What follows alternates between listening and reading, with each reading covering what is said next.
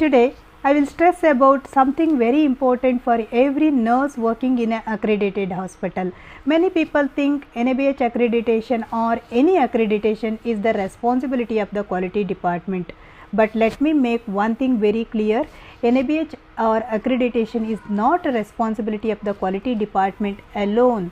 It is every individual responsibility. Accreditation is not something we prepare for only when an assessor is coming. Quality must be visible at every bedside, in every department, on every shift and with every patient. And let us understand chapter wise nursing quality management system which may applicable. And for nurses, NABH or accreditation can be remembered in just 5 simple words: know, do, document, report and improve. You should know what the standard requires. You should do it correctly. You should document what you have done. You should report anything abnormal or unsafe. And finally, you should participate in improvement. Today, let us understand the first important area, that is ASC Chapter 1 as per the NABH 6th edition standards. Access, assessment and continuity of care. Access. Start with the right patient. The first responsibility of a nurse is to make sure, am I caring for the correct patient before giving medication, collecting a sample, performing a procedure, transferring a patient or providing treatment? Identify the patient correctly. Do not depend only on patient's bed's number or room number. Use the hospital approved patient identification process. Check the identification band and verify the required identifiers according to the hospital policy. Remember, wrong patient identification can lead to wrong medication, wrong investigation, wrong procedure and serious patient harm. So, patient identification is not just documentation, it is patient safety. Assessment. Don't just look, assess. A good nurse does not simply ask, patient is okay? A good nurse systematically assesses the patient on admission, complete the required nursing assessment, record the vital signs, pain, allergies, fall risk, pressure injury risk, nutritional risk, functional status, relevant clinical risk, special needs, and remember, assessment is not a one-time activity. The patient's condition can change. Therefore, assess, reassess, respond. If the patient's condition changes, reassess and escalate appropriately. Identify the risk. This is the one more important area. One of the most responsibilities of nursing is, can I identify what can harm this patient? For example, a patient may be at risk of falling. Another patient may be at risk of developing a pressure injury. Another may have poor nutritional status.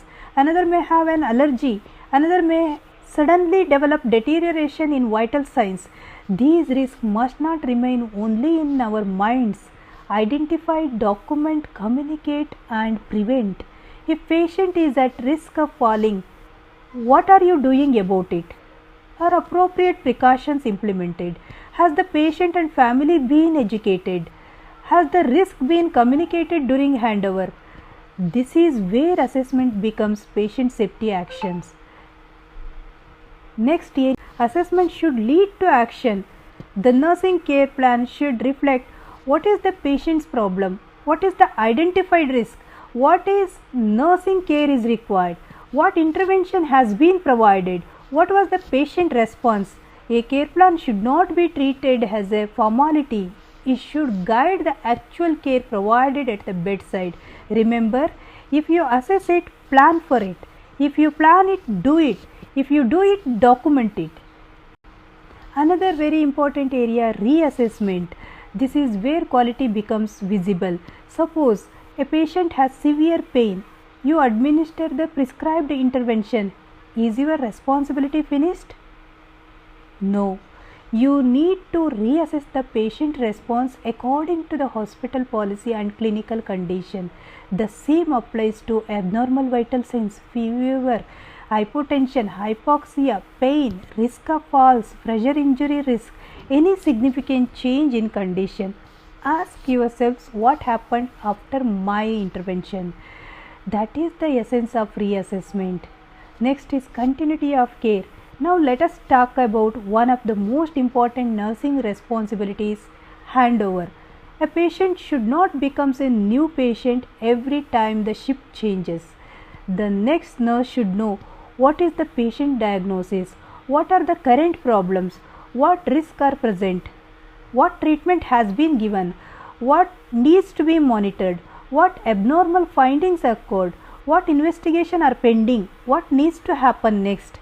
A safe handover ensures information continuity, care continuity, patient safety. Never give an incomplete handover. Never assume the next nurse will check. The next nurse need the right information at the right time. Next, very most important, safe transfer. When transferring a patient from one department to another, for example, ward to ICU, emergency to ward to OT, ICU to ward, the responsibility does not end. When the patient leaves your unit, ensure that the required information, documents, treatment details, risk and patient belongings are appropriately communicated and transferred according to the hospital policy. Safe transfer means right patient, right information, right documentation and right communication. Next is discharge planning. Nursing responsibility continues until the patient leaves safely. Before discharge, ensure that the patient and family understand the relevant instructions.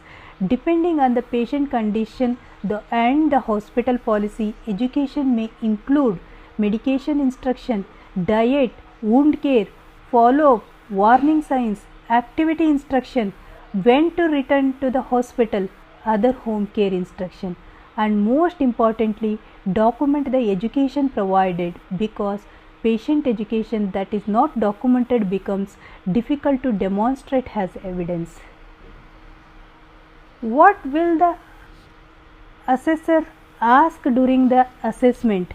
This is extremely important. An assessor may not simply ask, do you follow NABH? Instead, they may ask practical questions such as, how do you identify a patient? Your answer should be based on your actual hospital policy and practice. They may ask, how do you assess fall risk? You should be able to explain the hospital approved process. They may ask, what risk have you identified for this patient? You should know your patient. They may ask, show me the nursing assessment. You should be able to locate the record. They may ask, what will you do if the patient condition deteriorates? You should explain your escalation process. They may ask, how do you provide handover? You should explain the approved handover process. They may ask, how do you ensure continuity of care? You should demonstrate it through your actual practice and records. What evidence should be available during an assessment on an regular basis? Your practice should be supported by appropriate evidence such as nursing assessment, reassessment records, vital signs records, pain assessment, fall risk assessment, pressure injury risk assessment, nutritional assessment, nursing care plan, handover documentation, transfer documentation, patient education and discharge documentation. But remember, documentation should reflect actual care. Do not document something simply because of an assessor is coming. Do it every day, document it every day, and review it every day. The golden rule for nurses. I want every nurse to remember this. If it is not assessed, we may miss the risk. If it is not done, the patient may be unsafe. If it is not documented, we may not able to demonstrate the care. If it is not reported, the problem may continue. If it is not improved, the same problem may happen again. Therefore, know, do, document, report, improve.